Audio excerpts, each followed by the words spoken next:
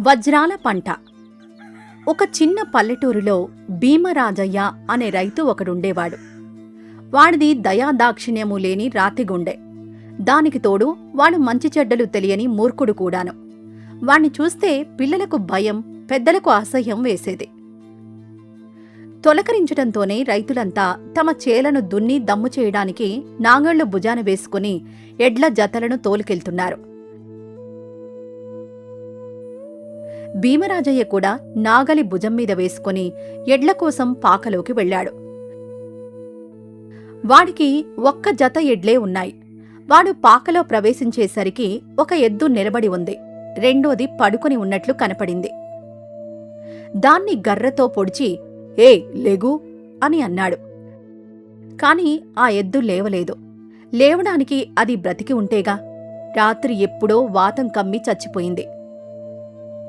అరక లాగడానికి రెండు పక్కలా రెండెడ్లు కావాలి కదా. చచ్చిపోయిన దాని స్థానంలో మరొక ఎద్దు ఎక్కడ్నుంచొస్తుంది? ఎవరైనా అరువిస్తారేమో అంటే తనంటే ఎవరికీ గిట్టదాయే. కొత్త ఎద్దును కొందామంటే డబ్బేది? ఒక్క క్షణం ఆలోచనలో పడ్డాడు భీమరాజయ్య. ఆలోచిస్తూ నిలబడేసరికి వాడి పెండ్లాం సుభద్రమ్మ పెంట పారబోయడానికి పెరట్లోకొచ్చింది. ఆమెను చూడడంతోనే భీమరాజయ్యకి ఒక ఆలోచన తోచి ఓసేవ్, పొలానికి రా, పనుంది అని అన్నాడు. సుభద్రమ్మ మహాపతివ్రత. ఎందుకు అని అడగకుండా మొగుడు రమ్మనగానే చాటక్కడ పడేసి భర్త వెనకాలే వెళ్ళింది. బ్రతికున్న ఎద్దుతోటి భార్యతోటి భీమరాజయ్య పొలం చేరుకొని ఒకవైపు అరకకి ఎద్దుని కట్టి రెండోవైపు కాడిని సుభద్రమ్మ మెడమీద పెట్టి ఎద్దుతో సమానంగా లాగాలి సుమా అన్నాడు. సుభద్రమ్మ ఏమీ మాట్లాడకుండా ఎద్దుతో సమంగా అరక లాగడం ప్రారంభించింది. కాని అలా పాపం ఎంతసేపని లాగగలదు? 10 బారలు లాగేసరికే ఆమెకు ఆయాసం వచ్చింది. మెడపైన నాగటి కాడి ఆనగానే అక్కడి చర్మం ఊడిపోయి గాయమై ఊరుకుంది. ఎద్దుతో సమంగా లాగలేకపోతుందని భీమరాజయ్య జ్ఞానం లేకుండా ఆమెను కూడా ములుగర్రతో పొడిచి తోలడం మొదలుపెట్టాడు. వాడు అలా పొడిచిన చోటల్లా ఆమెకు గాయమై సహించలేకపోయింది. ఆ కాలంలో ఆ గ్రామాన్ని కరుణాసాగరుడు అనే మంచి భూస్వామి పాలించేవాడు.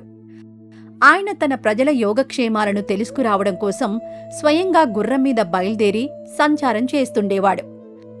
ఆనాడు ఆయన భీమరాజయ్య పొలం పక్కనుంచి పోతూ సుభద్రమ్మ బాధపడుతూ ఉండడం చూసి ఆగిపోతాడు.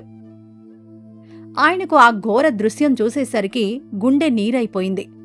ఆయన వాడి దగ్గరికెళ్ళి సౌమ్యంగా "అబ్బీ, ఈమెను వదిలై, నీకు రెండో ఎద్దు లేకపోతే నేను కొనిస్తాను" అన్నాడు. అంటూనే తన నౌకరి చేతిలో ఒక వరహాల మూట పడేసి ఎద్దు కోసం పంపాడు. సుభద్రమ్మతో అమ్మీ, నువ్వింటికి పోయి ఆ గాయాలకేమైనా మందు వేసుకో. నీ భర్తకి ఒక అరగంటలో మా నౌకరు మంచి ఎద్దునొకదాన్ని కొని తెస్తాడులే అని చెప్తాడు. ఆమె మెల్లగా లేచి వెళ్లబోతుంటే భీమరాజయ్య భూస్వామికి కృతజ్ఞత కనబర్చటానికి బదులు మండిపడుతూ కొత్త ఎద్దు వచ్చేదాకా అరక ఆపుకొని నిలబడ్నా నేను. ఈ అరగంటలోనూ అడ్డడు నేల దున్నవచ్చునే అని అంటాడు. వాడి మూర్ఖతకు భూస్వామి నిర్ఘాంతపోతాడు. కరుణాసాగరుడు ఒరిమితో అబ్బీ, నీకు ఈ అరగంట ఆగడానికి వీల్లేదని తోస్తే నీ ఇల్లాలికి బదులు నేను ఈ కాడి కింద మెడపెట్టి లాగుతాను అని మెడ ఒగ్గాడు. సుభద్రమ్మ మాత్రం బాబూ, వద్దు వద్దు అంటూ భూస్వామికి అడ్డు రాబోయింది. కాని లేవలేక కూలపడిపోయింది.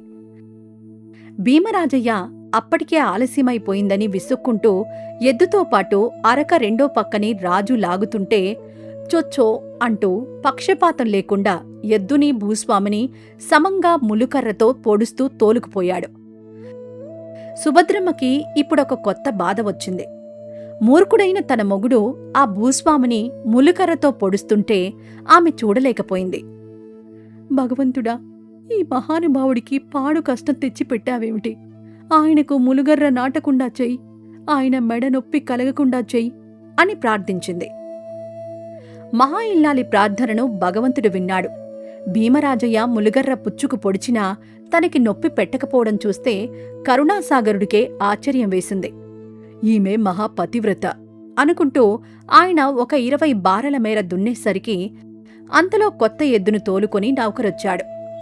అప్పుడు వదిలాడు భీమరాజయ్య కరుణాసాగరుణ్ణి. గాయాలతో ఉన్న సుభద్రమ్మను నౌకర్ని తోడిచ్చి కరుణాసాగరుడు ఇంటికి పంపించాడు. ఆమె వెడుతూ ఆయనను ఆశీర్వదించింది. తక్కిన రైతులతో పాటు భీమరాజయ్య కూడా చేను చూశాడు. తక్కిన చేలక మళ్లే వాడి చేను కూడా ఏపుగా ఎత్తుగా పెరిగింది. కాని రాజు అరక లాగినంత మేర మాత్రం పైరు బాగా కాలేదు. సుకుమారుడు కావడం వల్ల ఆయన అరక సరిగా లాగలేక అక్కడ నాగటి చాలు మెరకైపోయి విత్తనాలు బాగా మొలవలేదు. ఆ కాస్త మేర కూడా తనకి సరైన పంట రాలేదు కదా అని తలచి, వాడి వల్ల నాకు నష్టం వచ్చింది, మళ్ళీ వాణ్ణి కడపండి, అడ్డంగా నరుకుతాను అని పెళ్లా ముందు కేకలేశాడు. ఆమె వణికిపోయింది. భగవంతుడా, ఉపకారానికొచ్చిన ఆ పుణ్యాత్ముడికి అపకారం ఎదురవుతోందే, ఆయనకి నా భర్త వల్ల ఏ ఆపద రాకుండా కాపాడు అంటూ మళ్లీ ప్రార్థించింది. మర్నాడు భీమరాజయ్య పొలంకి వెళ్తూ కత్తి కూడా పట్టుకెళ్తాడు. కరుణాసాగరుడు కనపడితే నిజంగా నరుకుదామనే వెళ్లాడా కృతజ్ఞుడు. వెళ్లి దూరం నుంచే యథాలాభంగా పంట బాగా పండని రవ్వంత మేర ఒకమారు చూశాడు. ఎత్తుగా ఎదగకపోయినా ఆ మొక్కలకి కొసల్లో కంకులున్నట్లు కనపడింది వాడికి. తక్కిన కంకుల మల్లే కాకుండా అవి తెల్లగా మెరుస్తున్నట్లు తోచి, ఏమిటి చెప్పమా అనుకుంటూ దగ్గరగా వెళ్లాడు. ఆ కంకుల్లో ఉన్నవి వడ్లగింజలు కావు, ఆణి వజ్రాలు. భీమరాజయ్య తన కళ్లను నమ్మలేకపోయాడు. కరుణాసాగరుణ్ణు చంపుదామని తెచ్చిన కత్తి దానంతట అదే కిందకి జారిపోయింది. కరుణాసాగరుడు వద్దకు పరుగున వెళ్లి వజ్రాలు చూపిస్తూ కాళ్లమీద పడి, అయ్యా, మీ మూలాన నాకు పంట నష్టమైందనుకుని మీకు ద్రోహం తలపెట్టాను. కాని చూడండి, మీరు దున్నినంత మేర వజ్రాలు పండాయి అన్నాడు. వాడి మాటలు కరుణాసాగరుడికి అర్థం కాలేదు. సంగతేమిటో తెలుసుకుందామని సుభద్రమ్మకు కబురు చేయించాడు. ఆమె వచ్చి తన భర్త వల్ల ఏ కీడూ జరగకుండా కరుణాసాగరుడు క్షేమంగా ఉండడం చూసి భగవంతుడు నా మొర ఆలకించాడు అని సంతోషపడింది. ఏమిటి సంగతి? ఈ వజ్రాల పంట ఏమిటి? అన్నాడు కరుణాసాగరుడు అమిత ఆశ్చర్యంతో. ఆమె, అయ్యా, నన్ను కనికరించి నా స్థానంలో నీవు అరకను మెడకు తగిలించుకున్నావు. మాకు ఎద్దును కొనిపించి ఇచ్చావు.